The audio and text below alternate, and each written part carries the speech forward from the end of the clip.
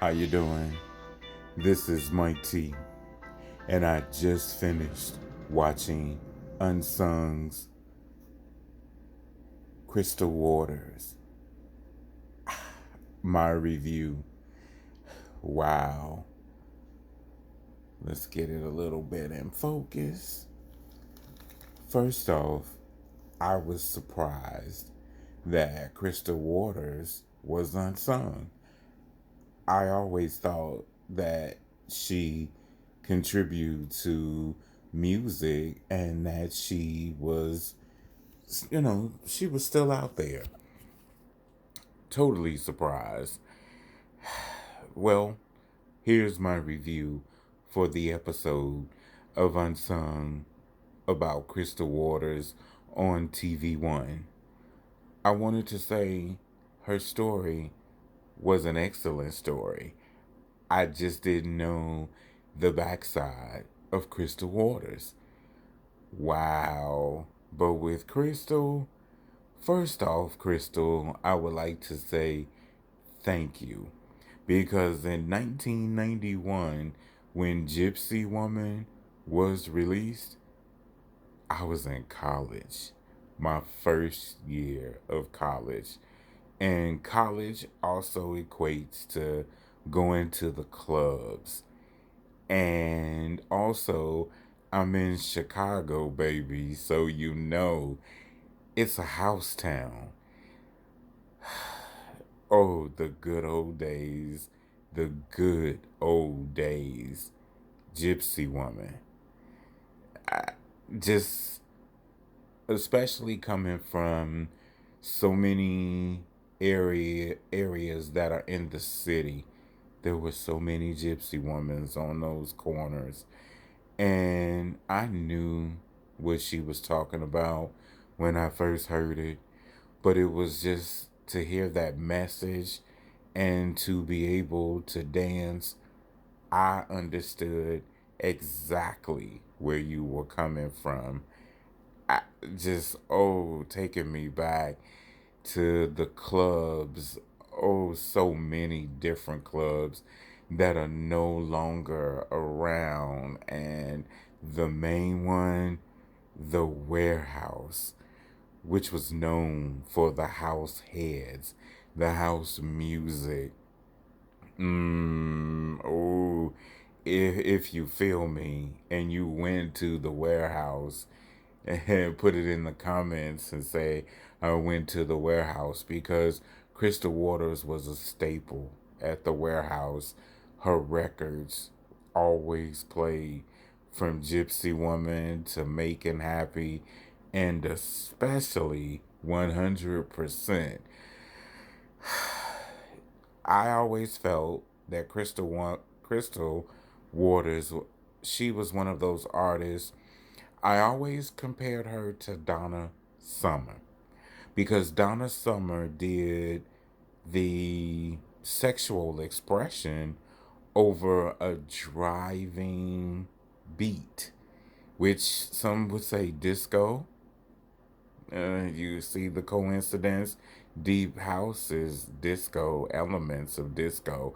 I always compare Crystal Waters to Donna Summer, in my opinion, because she had a voice and she had something to say and she got it across. Making happy. Oh, goodness, goodness, goodness. Just smile. If just go back and smile. It and a lot of happy was being made, and yes, it was protected, because that was during the time. Just, yes, good times. That's all I'm going to say. Good times, good times. Gypsy Woman was sampled by so many artists, especially T.I. Just a hit, driving force. Ah, someone who can take something and write it in poetry and make it so simple, clean, and fun.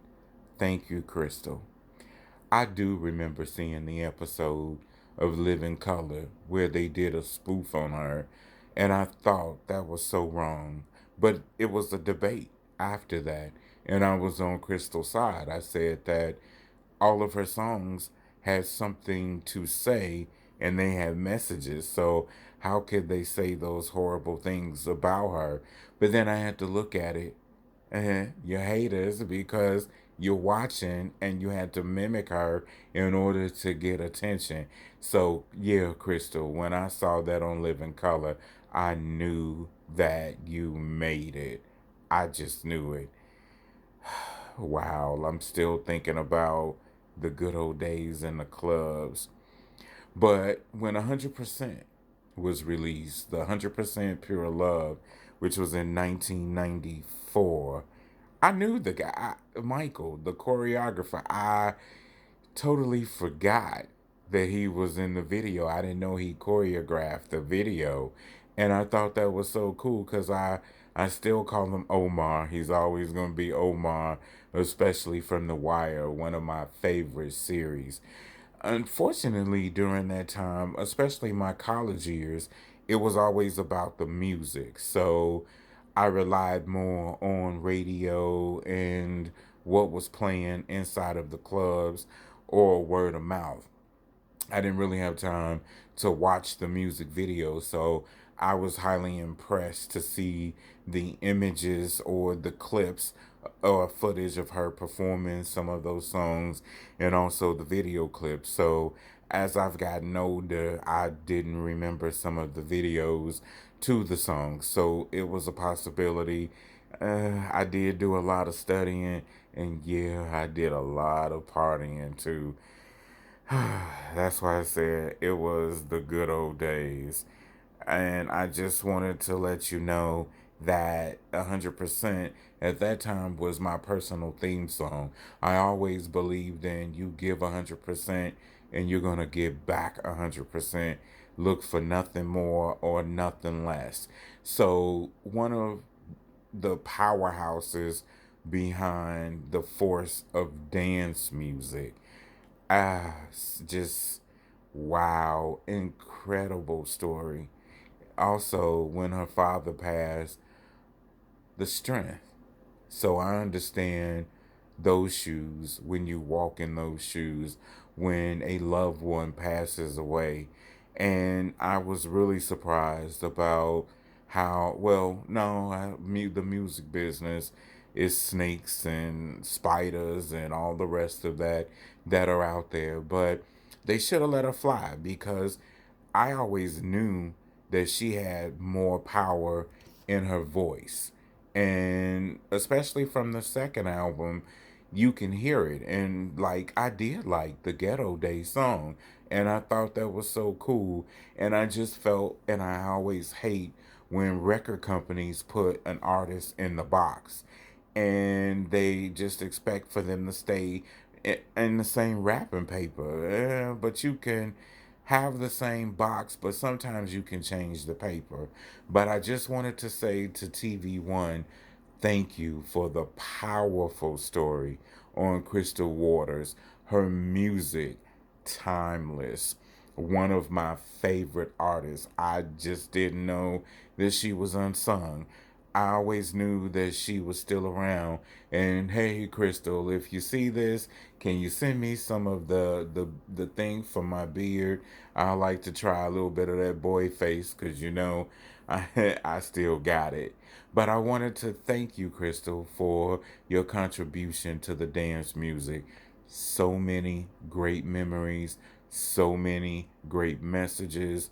Also, I believed in giving back, giving my donating clothes, shoes, even the dollars when I had it. And I know about those gypsy ladies and also the guys. And what makes it so interesting, it still exists today. It's a lot of homeless people. So people wake up and think. But again, thank you, Crystal Waters, and thank you, TV1, for showing us that powerful story. Again, this is Mike T. I hope you enjoyed the video. Leave me some comments Everyone have a great day and keep it 100%.